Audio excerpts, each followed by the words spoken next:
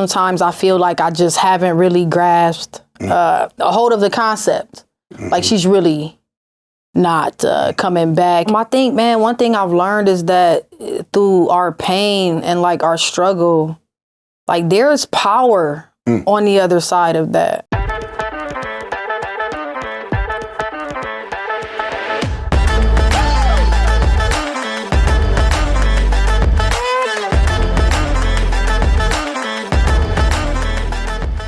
What up, everybody? Thank you for tuning in to this week's One-on-One with Juan, where we get to have really quick conversations with people that are receiving services with us, people that we're building relationships with, networking. This week, I get to bring the lovely and awesome and amazing Stevie on with us. What's up, Juan? Appreciate you coming on. So Stevie was on the podcast with us recently, and her testimony, her story is so good. And she's walking through a lot of things. I think that a lot of you will relate to what's happening. And this week we were hoping to have a discussion about grief. The grief process it does. It grabs a hold of all of us. We're all going to experience loss in our life, not just loss of other people, but at different times, loss of ourselves. And that's a process in itself as well. Stevie has recently gone through some things. And I just really wanted to talk to you and get your take and check in with you and see how life was going and see where you're at with your process and how grief maybe is, caught up with you or came into your life. Well, when I was on the podcast, I talked about losing my grandmother at 102 days sober. So, that's been pretty heavy. It's been about 3 months now. So yeah, the whole grief process is kind of weird to think about though, because I'm so busy in treatment and, I got roommates and, just trying to really take care of myself. Sometimes I feel like I just haven't really grasped a hold of the concept.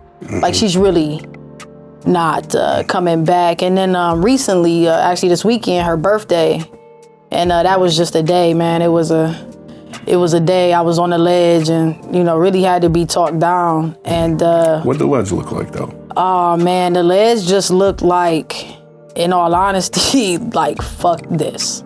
Was it the recovery or life? Or it was just the recovery, the process. Like I was just kind of just tired at that moment. Like I had so many uncomfortable emotions, and one thing about us is we use to not feel. Yeah, so that's where you were. The ledge was using. Yeah. The ledge was using. So it was rough, man. And I feel like a lot of times my peers sometimes feel like I'm not struggling the way that they do. And so you got a good poker face. I have a great poker face, but it's a dangerous poker face. It's dangerous because if I don't say I'm not okay, you might not know that I'm not okay. And that's something that I've had to like actively practice here, is saying I'm not okay today. Like today's not the day. Yeah.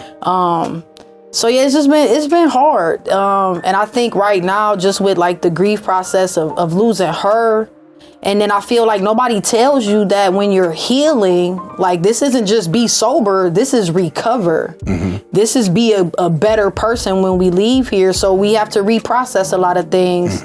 And I don't think that they tell you that healing sometimes looks like grief. It's just the loss of a life, no matter how messed up it was. You know what I mean? There's friends, there's people that that don't align with like the new version of myself. Yep. So it's like conflicting. I feel like at 7 months, I'm at such an awkward stage right now. Like it's real hard to figure out if I'm coming or I'm going, like, am I doing this? Am I doing this for life? Am I doing this for now?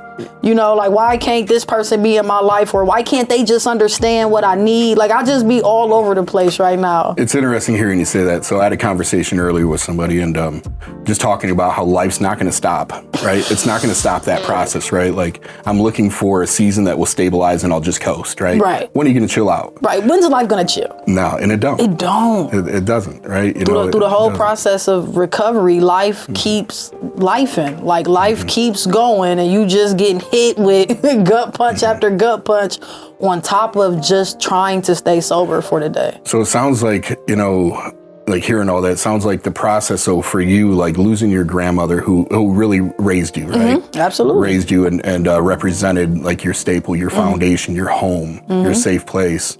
In that process for you of losing your grandmother, you know, how does it look for you? Because for me, I had to find ways to bring meaning, purpose, and to try to find some kind of direction that isn't saying like I'm losing somebody and now I'm lost because I'll never have something, right? To find purpose in that, you know, like what direction do you move through your grief in a healthy way? How do you feel like you move healthy through your grief? I try to allow myself to feel what I feel, but I'll be honest with you right now, Juan, I really had to like put some God on it, man. Like I can't do this. Like I understand, like I am powerless over these feelings and these emotions, and I just need some help, you know what I mean? Some guidance from him, because I can't get it from anybody else. I remember we had a real quick talk in the hallway a couple days after she passed, and you was like, you know, Stevie, grief is a solo thing. You know, it's like, it's a me thing. It's not a lot of people that can help. Yeah, you can talk about it and you can go to therapy, but ultimately I just feel like, you know, I got to put some God on it. And then too, she told me to get sober so many times, you know what I mean? So it's like, there it is. It's like to throw it all away, you know what I mean? Because I'm lost at the moment. That wasn't her, you know, she didn't want this for me. That's not her wish. So I don't, you know what I mean? So it's like kind of, I use losing her to keep me sober. You know what I mean? Like I have to keep going because she's not here anymore. She can't save my ass one more time either. Yeah. You know, when it get rough, I can't go sleep on granny couch for 6 months. Well, what's interesting, you know, like hearing you say that, so I tend to think in metaphysical ways, right? Like I'm a space cadet, I'm out there and I'm looking for something rational. But the process, you said she's not here, but she is here. She's in you, here. Right? Yeah, she's in me. She's within all of your experiences, everything that happened. So, you know, drawing on your experience of like where she rests inside of you, like how is she guiding you? How would you say your experience with your grandmother, your love with your grandmother and her for you, how is that guiding you? What would she want you to do? Yeah, see, my granny just didn't play. You know what I mean? Like she wasn't like no soft granny, you know, she was gonna tell you about yourself every chance she got if you was messing up. And so, you know, for me, it's kind of just knowing, like sometimes she is my inner voice, like that inner dialogue you have in your head. Sometimes I hear her being like, chill out. You know what I mean? Like just chill out for a second. You know what I mean? And think things through. I'm such an impulsive person. I mean, I think most of us are, but yeah, I just use, like, I hear her, I feel like. Yeah. You know what I mean? Like, I hear her talk to me when I feel like I'm losing it or about to do something I shouldn't do. Yeah. And then and then the other thing, man, my granny scares me. Like, her in the spiritual realm, ain't really no telling with her. You know, what type of stuff, you know what I'm saying, might come down on me for real if I try to really mess up. You know what I'm saying? If I really go that route, you know what I mean? Like, I believe in that. You know, I don't want her popping up in my dreams and, you know, in a negative way. Ooh. You know what I'm saying? Yeah, like, I don't want that. So it's just, you know, I think I use her as just a motivation to stay the course. Well, like, hearing you say that, though, like, for me, I come to this so often, like, no decision doesn't come with a process. Like every decision comes with a process, right? I'll hear somebody speak to me, whether it's your grandmother or somebody in my past, you know, and I'll hear something like stop, right? And I'll think that my decision or my choice or the guidance is just that. But when I choose into what is good for me, I have to choose the process too. You have to choose the process. Right? And a lot of times I fight the process, you know. I'm okay with the decision or the choice. I can tell myself I want to make a change, but a lot of times I don't choose into the process. You know what I mean? And so, like, I know that I got to grieve, but do I understand that I have to choose into the process of grief? Like what that looks like. Right. You know, because I can say I'm ready to grieve, but am I ready for the process of grief?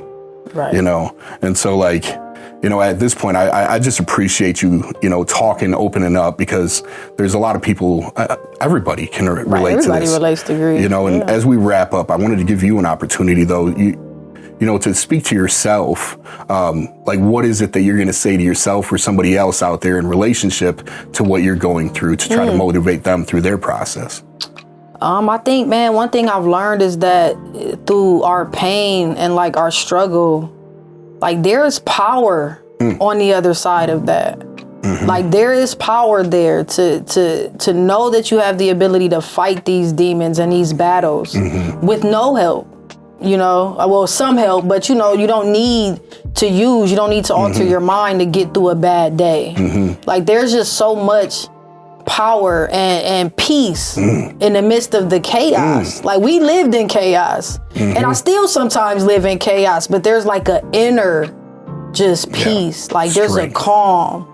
And yes, there's just strength and there's power on the other side of that. But like you just said, you have to choose into the process. Come on. Because it's not that easy to get here. Come on. I appreciate you. Thanks for having me, Juan. I appreciate you, man. Yeah. Man, you guys heard it first. You know, listening to Stevie, I really quick just wanted to direct some focus and some attention to the conversation that we're having. You know, for me, again, I think you were hitting the nail on the head, Stevie. Recovery equals change for me. You know, when I associate or align myself to recovering, I have to align myself with change. Because that's what I'm trying to do. I'm trying to recover something within myself or to discover something. And a lot of times I need to stay focused on the fact that my decision to recover is my decision to change. I have to allow life to work through me, to work around me, and to work with me.